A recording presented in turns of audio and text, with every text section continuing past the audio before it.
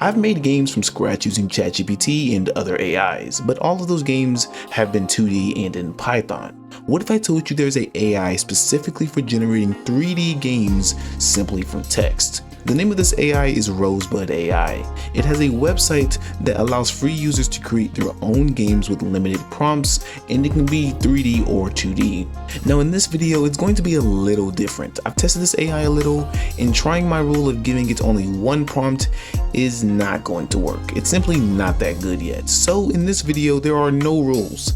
I will be giving the AI one big prompt and seeing what it does with that. And then I will give it smaller prompts telling it to fix bugs and change things. So let's see how this goes. Now before we create our own game, I want to see what a game made using this could look like. I searched through the website and landed upon The Last Free Man, which is actually one of the biggest games I've seen on this website with about 16.9 thousand plays. So I tried it out and it was something.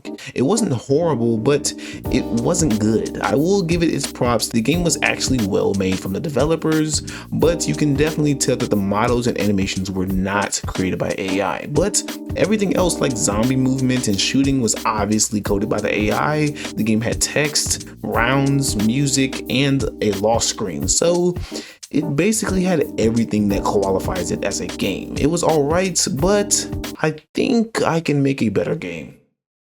Now the base prompt for this AI is: create a 3D first-person Pac-Man game with ghosts and pellets. Make sure that the player and ghost speeds are balanced to assure fair gameplay.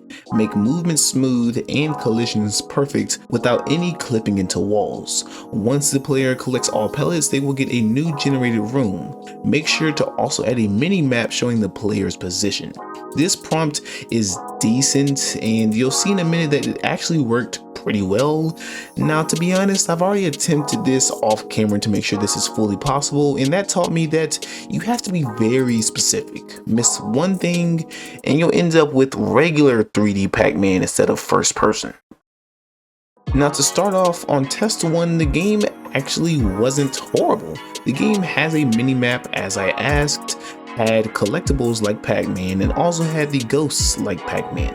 The only two issues I can speak on was mostly the speed of the player, which, spoiler, I never actually think to ask the AI to decrease the speed, but it doesn't really change much anyways. The other issue was the maze. If you look down at the right corner, you will notice the maze layout, which is very boring. This makes it so that if a ghost catches you in a hallway that has a dead end, you're going to lose. So that is one of the things I asked the AI to fix.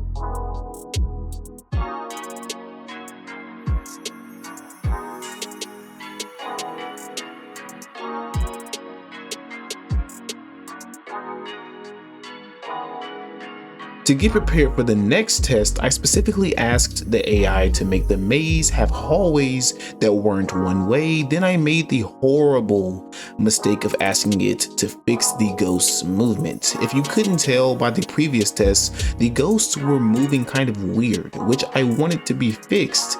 And you'll see later that this one prompt created a whole lineup of problems. Once done, I tested this version and the mazes were way more unique and actually had intersecting hallways and not only dead ends. Now with that fixed, I can talk about the issues with the ghosts. The ghosts aren't as bad here, but the part that I can complain about is about how the ghosts don't show up until you get pretty close to them without knowing. It's almost as if they are not moving unless you start them up first.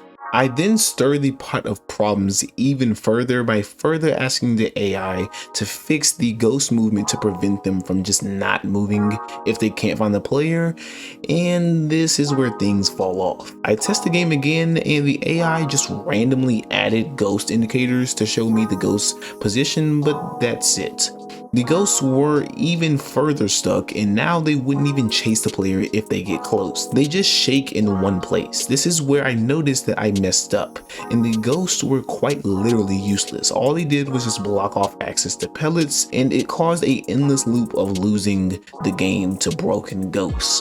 From there, I continued bothering the AI about fixing the movements, not knowing that the AI was simply making it worse.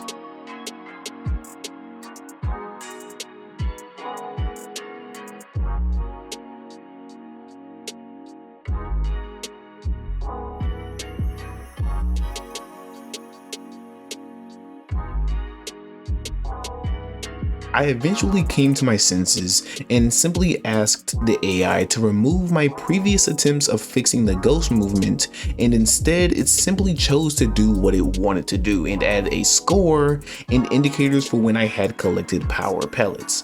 I then asked the AI once more to remove those fixes I asked for earlier, and it actually did it. As you'll see in the last test, everything was working. The game was hard, or I sucked at it, but the AIs were moving.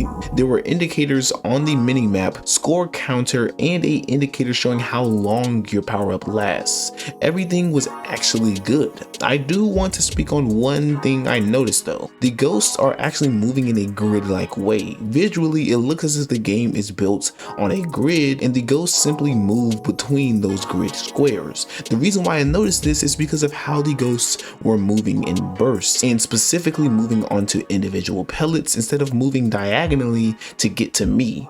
So in conclusion, Rosebud AI can actually be good if you put tons of effort and money into it. As you can see, even when no money is put in, I still ended up making something decent, but to get far with this, you will need to spend some money. Now, I'm willing to make a part 2 of this video, but either I will need to find a different AI or Rosebud AI reaches out to me and we do a sponsored video where I get unlimited prompts, but that's if they even see the video. Like this video so they can potentially see this. With all of this, that is indeed the end of the video. If you enjoyed this video and want more AI related content, please make sure to like and subscribe. And if you have any suggestions for AIs I could use, leave them down in the comments. But with that, I will see you guys in the next one.